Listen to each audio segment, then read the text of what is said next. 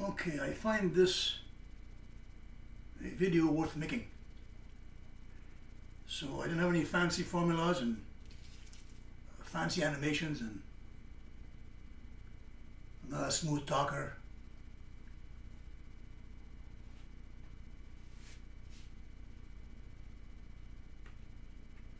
None of that stuff.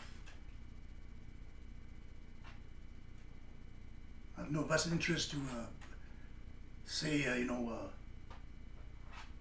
make statements that amuse anybody.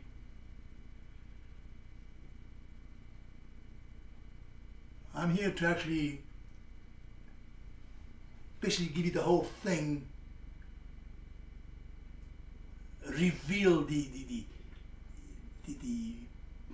meat, the actual problem, if you will, the nonsense, the fiasco, the joke, or whatever other word you want to throw in about this twin paradox, Einstein's relativity nonsense.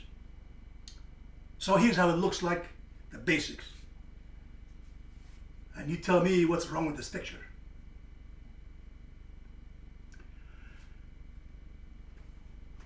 On one hand, they're good looking. Stop at it. Stop and take a good look at it. Exactly. Stop right there. You don't have to. Don't go away from it. Just look at it. All motions are relative.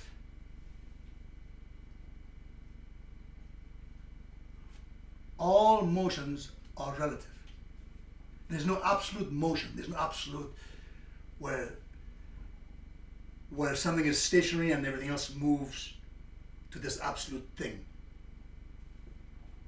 Absolute, whatever the heck it is. A place, an absolute time, whatever that is, there is nothing that means that you compare yourself to whether you're moving or not.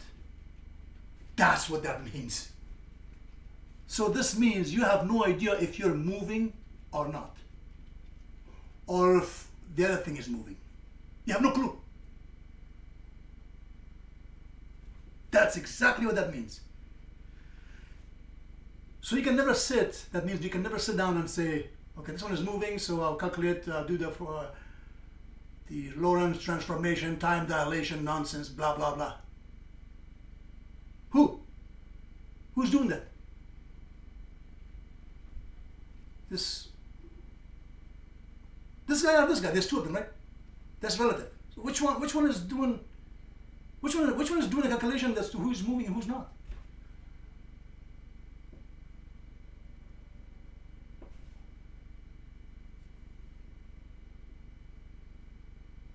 Right there, the whole thing falls apart. That's enough to simply fold the whole thing. But let's be fair. It applies to what they call inertial frame of reference. Inertial frames. Inertial frames. What the hell is that? Inertial frames. What is that? It's just another fancy word, you know. You gotta have fancy words. You gotta have fancy word. Inertial frames. Inertial. Ooh, what is that? Now you ask inertial frames. Now you're asking for it. You have to ask this big old PhD guy to tell you, well, you need to go back to school, boy. To make you feel about like that, you know.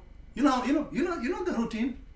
Or if this other wannabe, new, wannabes that are trying to get up there. Tell you that you know nothing about nothing. All that nonsense. I've heard it all. You know what I'm talking about. Inertial frame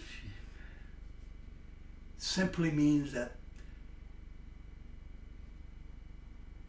you are either not moving, like this, or you're moving with the other inertial frame, whatever, right? With the other guy, with the other twin, in the same direction, at the same speed, like two cars driving on the road, go the same direction, same speed. So you can ask the other guy, Hand me the Grey Poupon. But of course, sir. He hands it to you, you use it, give it back, as if you're sitting across the kitchen table. That's what that inertial frame means.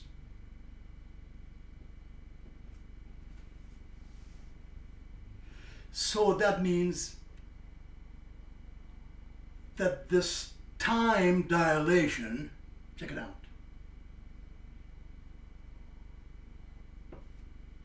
Time dilation. Dilation. Diluting? What the? Has anybody ever seen time dilate? I've seen my eyes dilate. You can dilate some, I don't know. You add extra water in that salt water, you dilute it, or you can remove you can evaporate the water and concentrate. What? How do you dilate time? You put more water in it, more space? What is that?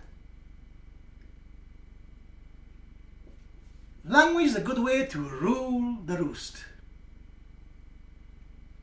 Time dilation. Hey, what happened to time concentration? Well, boy, I guess, What are you talking about? Do you see that garbage? But there's more. So, what about this has to do with this motion, time dilation? Well, these two so-called inertial frames, whether they're moving the same speed or whether they're sitting still, that means they're not, accelerating. You know how acceleration is when you drive a car? You take off, that's accelerating. So that means if I am moving and you are also moving with the same speed, but not in the same direction. But not the same direction. So let's say I'm moving this way, you're moving this way, or something that way, right? Well, guess what happened?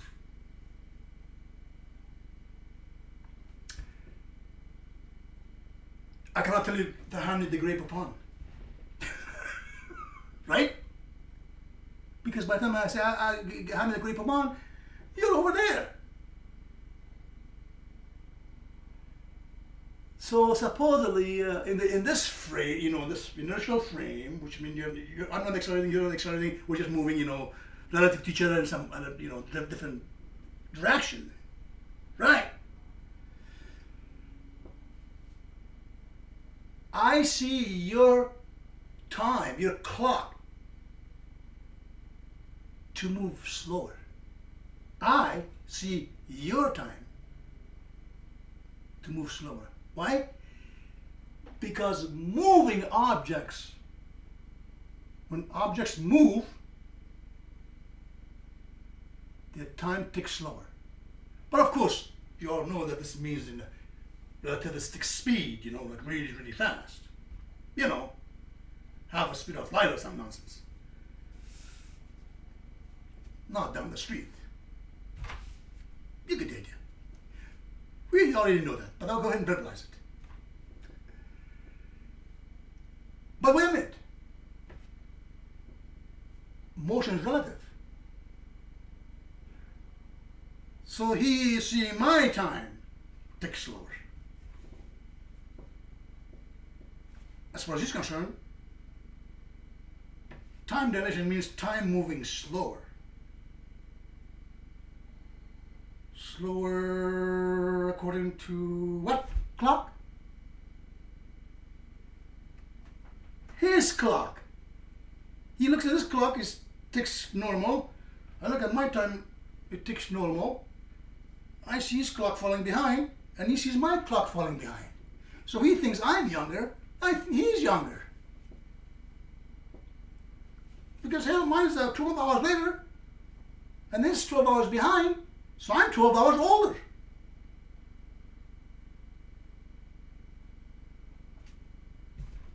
That's what that means.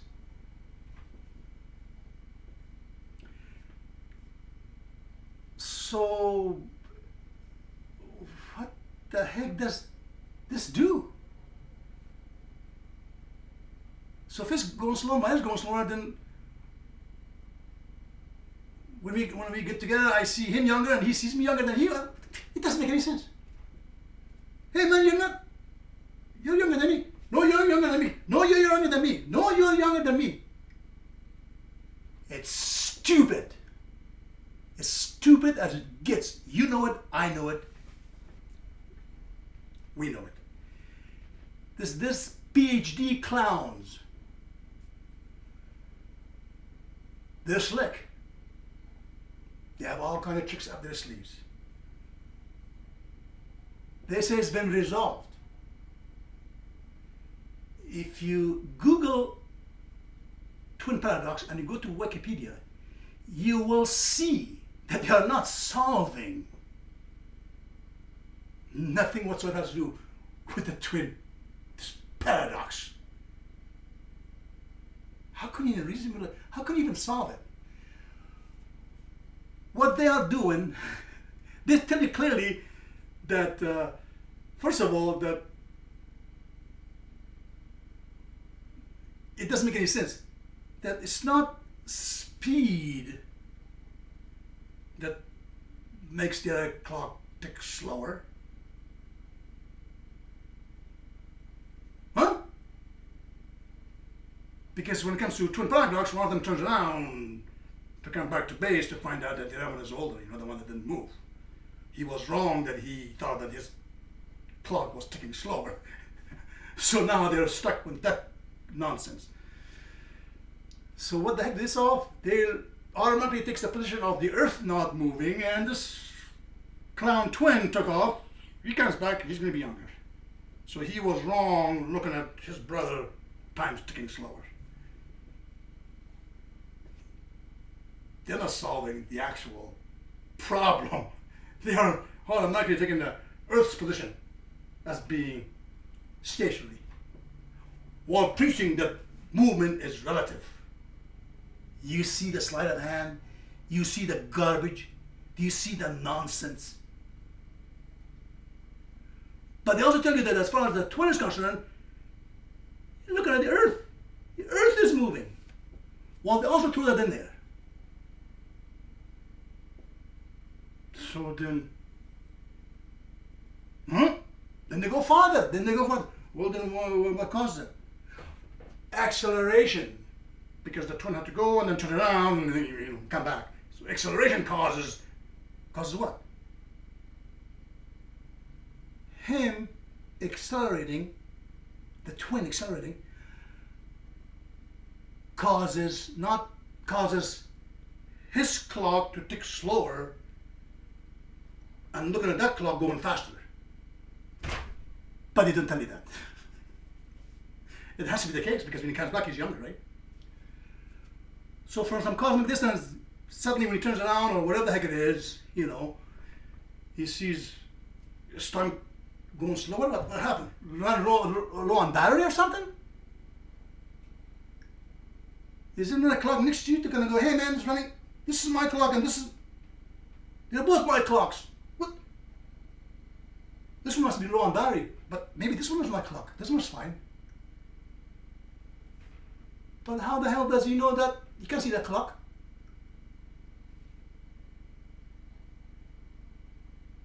Picture this in your mind.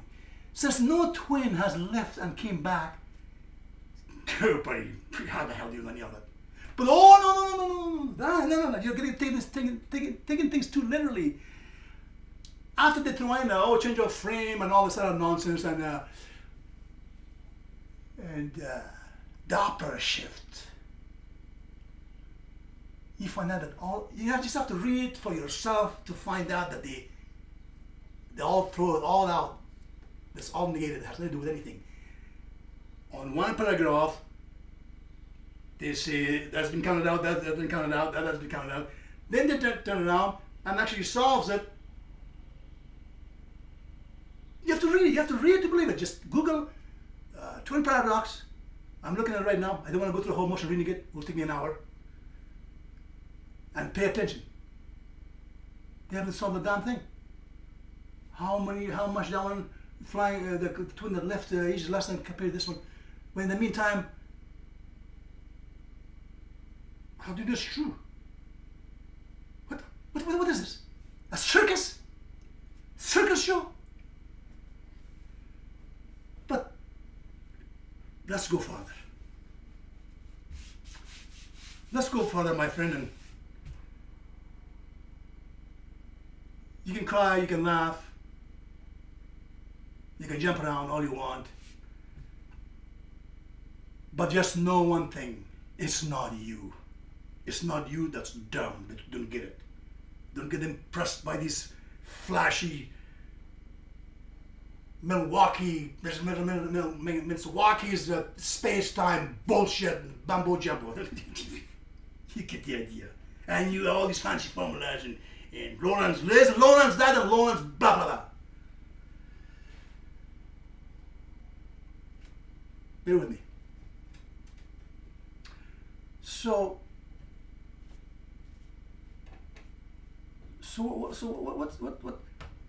what evidence? The evidence. Einstein. We have evidence. Muons make it to Earth. With satellite. We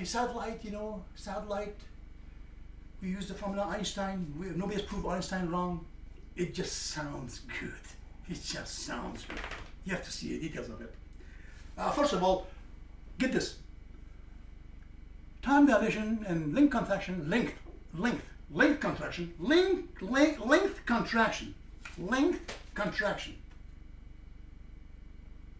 Look at the language. Does that mean space contraction? If space or does that mean length contraction? You and I, we know what length of something is, right? Can we say distance contraction, or like when you measure how long is here from there, right? You measure the distance from here to distance contraction. Empty space, distant. Well, no, they didn't say distance contraction. They say length contraction. So muons are formed out there somewhere above the Earth. They have a certain life expectancy. They only live so long before they're gone. And they didn't have enough time. We know how long it lives. 1.25 microsecond.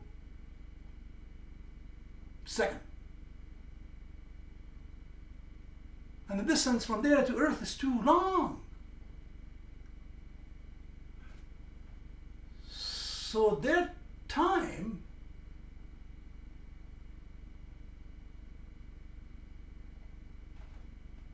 their 1.5 microsecond must be 5 of our microsecond. So you plug in Einstein's formula, right?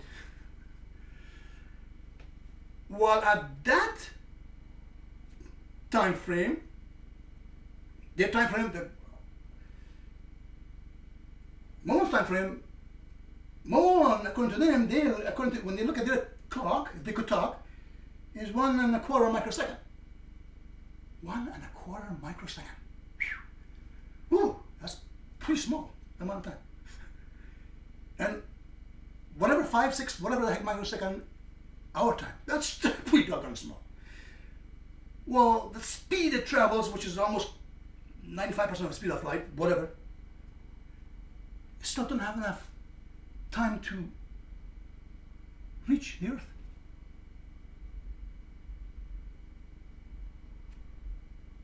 So the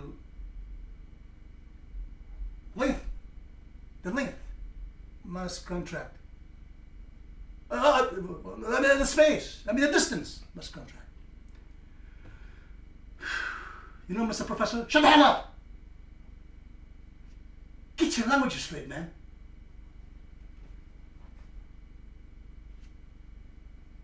Well, I come around, I said, you started by telling me that speed is relative. Right? So is it them? Is it muon, or is it you? Since muon don't talk, I speak for them then. See, when one looks at the Earth, goes, well, Earth is only has 1.25 microsecond time left to live. And according to my watch, it looks like they have about 5 microseconds left. So they see their length to me must contract. Well, I guess they had enough time to reach me.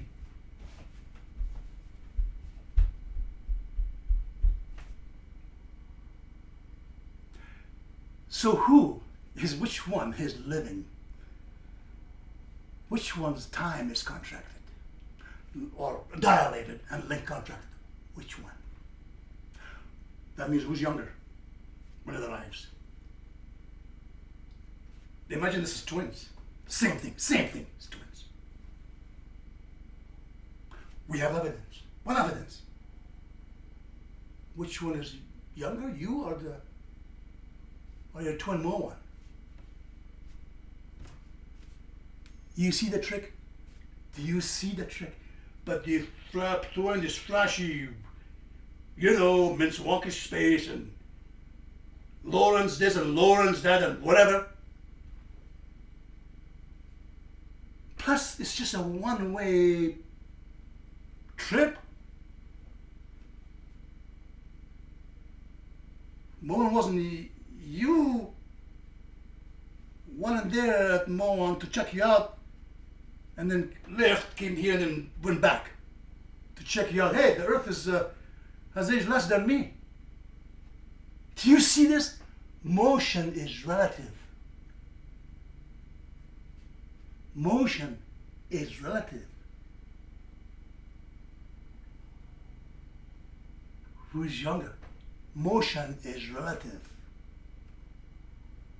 Remember, I show you, somebody will come in and say, whoa, you're too simplifying it too much. I'm simplifying things too much. How about throwing me some of that fancy formulas of yours, as if I don't know what they are?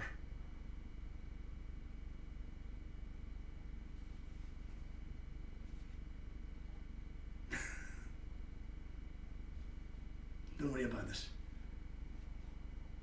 Oh no, all these, whatever the hell they are. Spread all out there. Whew. I know nothing about this damn thing.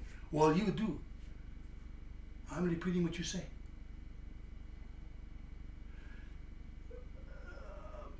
It's acceleration. Turning around. Who turned around? Who turned around? Well, let's see. The twin that turned around feels acceleration, feels gravity. That becomes a part of general relativity. You have to study all this to see the nonsense. That it's not. It's not that. Wikipedia explains. They have done experiments that it's not because one twin turned around and changed frames and all this nonsense. Lorentz contraction, Lorentz, who is this other clown? Let me look at this. You know this other the Fermi lab guy, that always talks worse than me, like this, like as if he's saying something. What about this? There's a bunch of them on YouTube. I lost respect for what's his name. Quick. I wish I didn't, because I like the way I like his video. Entertaining. A Science Asylum. Oh, Jesus Christ. He's got a video, and then he has fans. You know how the fancy, flashy things, right? Paradox is a human mind. It's a human problem. It's not reality's problem. So, what's your answer? Why is one younger than the other one? See, you watch it and you think he's really saying something. You turn around, he has got no damn idea. He has got no idea except what you wouldn't know. This what you get absorbed by is human nature. You just get absorbed by his flashy, gymnastics, and then you're gonna go. People are dumb. People are bored. They talk about relativity and all these things. You gotta sound big. You gotta swing with the best of them. You know how it goes. Well, in the meantime, you didn't pick up a goddamn thing. This is the best video I've ever seen. What did he say? I asked you, what did he say? What's so great about it? If you watch the comments, you can see clearly that they love it. They know that they get the clicks, the thumbs up and all this thing. Oh, they know that all the sheepos, the wannabes, they worship, kiss-ass worshippers, right? They get, that's why they make the videos like that. So it's amusing, so it's not boring. But you see, and he answers to the ones that talks like that, worship, kiss-ass. Those people don't actually tell you, that make a, that's an interesting. I didn't. I see. Good reason to why he is right. First of all, he didn't say anything that was right. First of all, what did he say anything? What was the conclusion? If you're paying attention, you ask the question. So why is he younger? The one that comes back. You will not get an answer. Just trust me. Okay, you will not get an answer. But you have to pay attention to know enough to see that it's not that, it's not that, it's not that, it's not that, and it's not this. You don't know that unless you look enough and pay attention enough to find out it's none of those. So then you're left with this. You're left with this. Pay attention. Is this thing, this time slowing down, distance shrinking, or whatever the hell it is that actually real? Does that goddamn train fits in the tunnel or not? I don't get it. You don't get it because you don't see the games they play. They have no fucking idea. They don't have a damn clue. They don't know what the hell they're even saying. Well, as far as the train is concerned, the tunnel shrunk. As far as I'm concerned, the train shrunk. The length shrunk. As far as I'm concerned, the length shrunk and its time shrunk. Or its time, expanded. How do you expand time and shrink? Distant, whatever. But they see it backwards. The train sees the time of the tunnel shrinking and size, or how does it work? The Earth, it's all just animations and formulas and you get the idea. And those clever ones here that throws all the time, looking at me like I'm a clown. Hey, I got news for you. I know you're a fancy formulas, and I'm the other here to impress you and throw all this crap out there. If you need to resort to formulas to show which one is aging more or which one is aging less and all this other nonsense,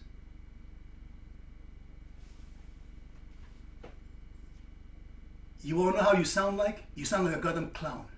Let me tell you how you sound like. You want to know why you should loan me money? Why? Because the mathematics says so.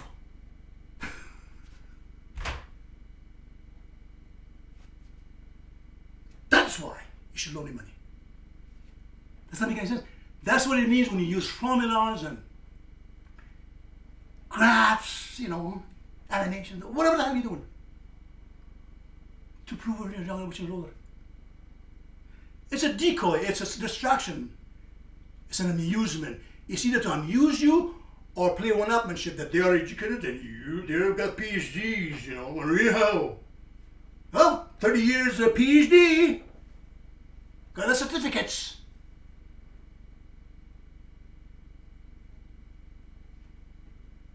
You keep digging ditches. You don't know nothing. Go back to the barn. That's the game, my friend.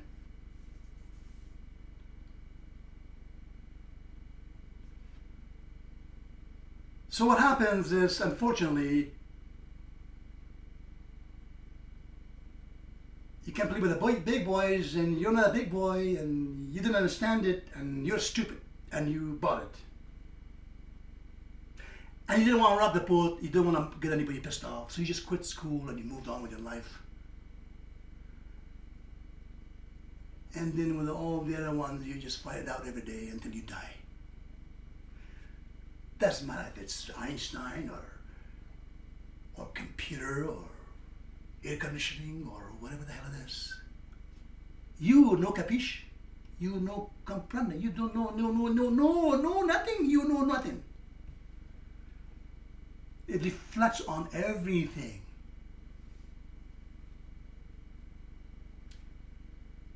The game is rigged both. In every area you look at, the game is rigged. Politics, religion. And you thought science was the real deal. You got duped. You got to take it for a ride. Look deeper.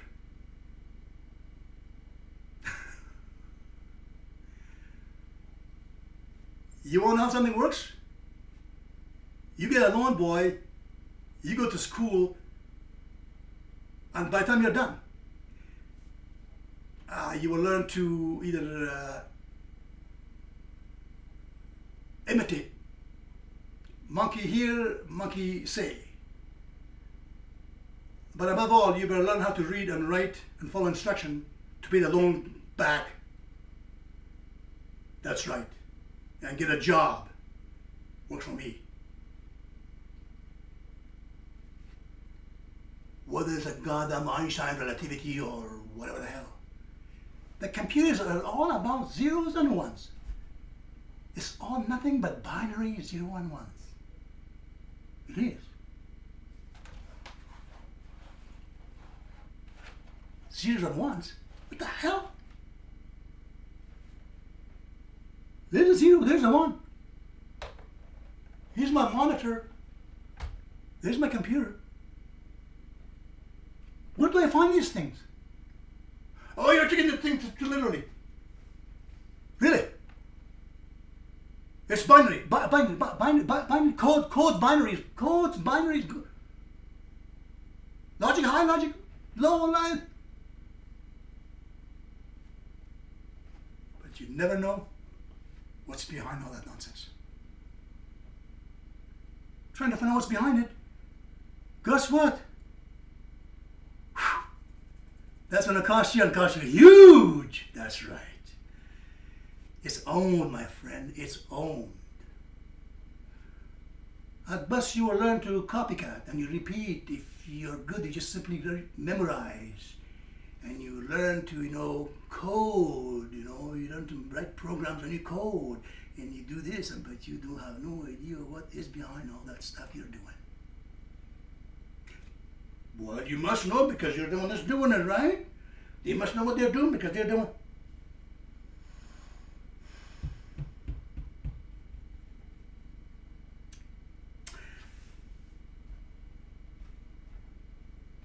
You can find some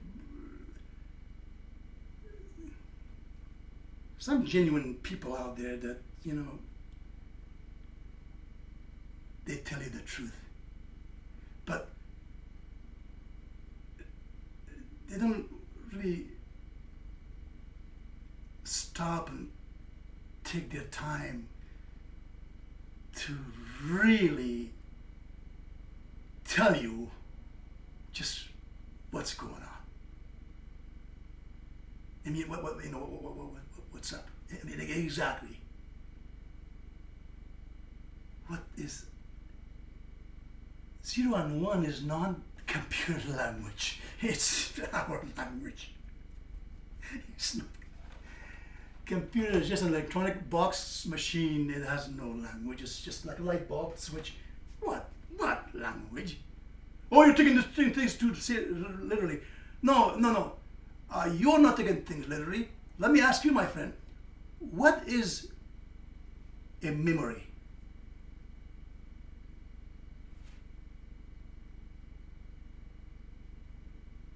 Yeah.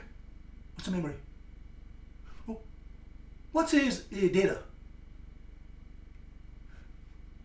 What is a file? I know two files, one that's over there used in my garage, and another one I see in the secretary's office. They call that file, but if somebody tells me what it is, I say, well, it's a bunch of pieces of paper. Okay, paper, paper. It's a bunch of pieces and some information on it written about you. You're this old, you're this tall, you did this, and blah, blah, blah. It's written on it on a ink, and they put them in there and they call that file. That's it. That's what that is. And then there's another file you sharpen your blade with. So now you tell me what's file in this thing, computer or whatever you call it.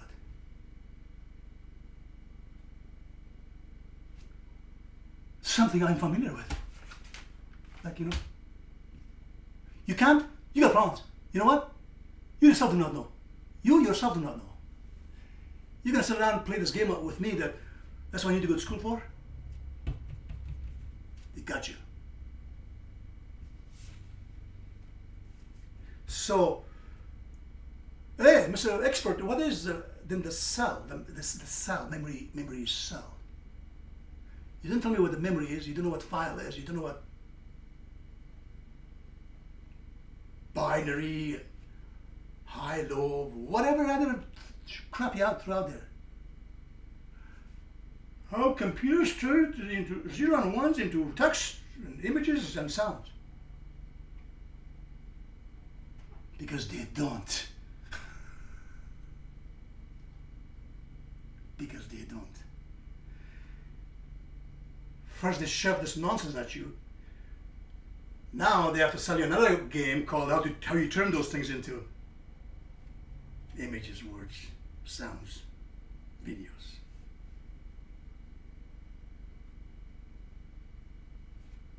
The game is as deep as it gets.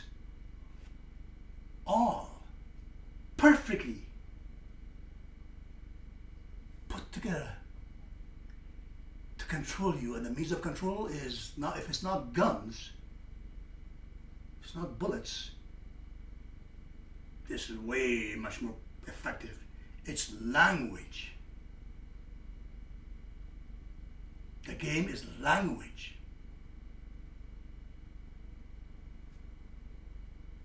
Time dilation. Space country. You keep digging. The more you dig, the more they throw a bunch of shit at you and make you look like an idiot, like you are bothering them. You don't understand. And you don't want to push it because you feel like you're too dull to get in, and you're going back and you're bothering them. So you eat it, shove it, suppress it, and go home, and then pretty soon you just simply, you just simply kind of go, you know what? Quietly tell yourself, I don't understand, and I guess I'm just not made up of it. You buy quietly in silence that you're stupid. But you don't let them see that because you get your peers out there. You can't afford to, you gotta survive. You gotta kind of, You pretend, and that hurts. So you slap your dog and you do other funny things to make up for it.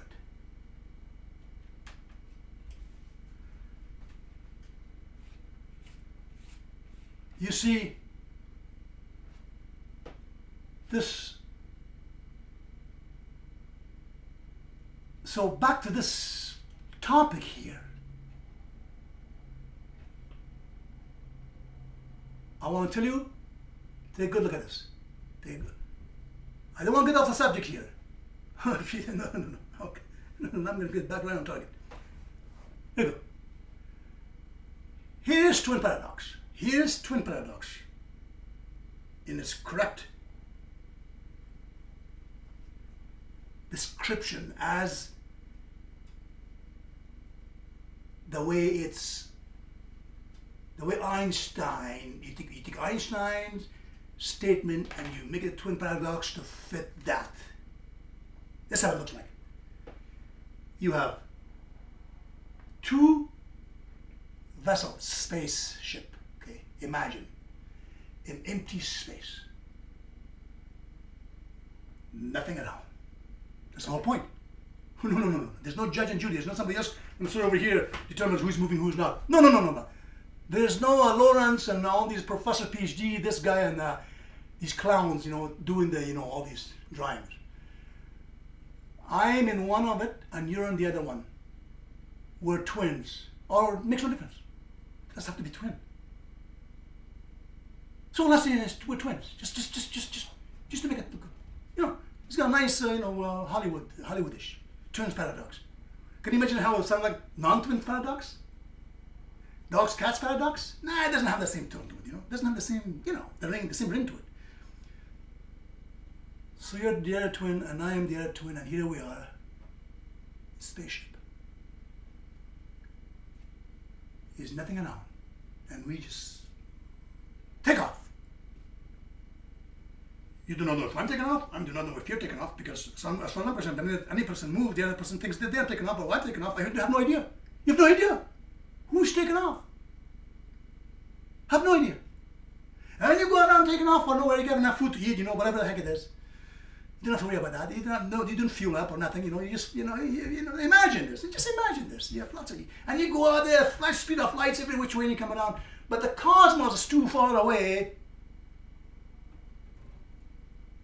You are in empty space. There's no one to tell you or him to do your formulas, and then you somehow find yourself coming back together. But before you get back together, you wonder how long is my twin? How old is my twin? And your twin goes, I wonder how old is he? How younger is he? He's going, how younger is my twin? How much have aged? Of course, because their clock is always running slower. Never faster. Have you noticed that? Never faster. Acceleration, no acceleration, or whatever the heck it is. What formula can you use? You have no idea what the other one is doing. Moving away, not moving away, accelerating, not accelerating, you have no idea. That's twin paradox. You have no idea. And then somehow you find yourself, you meet. But you want to know before you meet, of course, You're mathematics, You're mathematics, you're Einstein. Now you tell the professor, come on. Einstein is right, so let me have it. Watch the professor. Oh, you don't know until they meet. Until they meet, and they do not know until they meet. There's no problems here until they meet. Oh, isn't that nice? The Renaissance will tell you there's no problem until they meet. So once they meet, then they're gonna find out, right? So what's the formula about? Oh, let me see how old younger you are, or how younger I am. Hey, you see, Why would you want to know? You're not sure how old. You're not sure if he's younger or older. So you're gonna do calculate, but how are you gonna do calculate? How are you gonna know who, where, when, where? So where did you go? Did you go that way, this way up? It makes no sense. That is the twins paradox. And Merry Christmas, my friend. And you, that PhD who's watching this, you leave a comment. I'll put you in your place. Trust me. And people have to read it.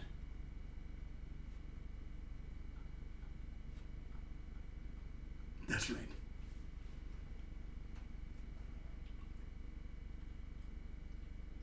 That's right. Take care, my friend.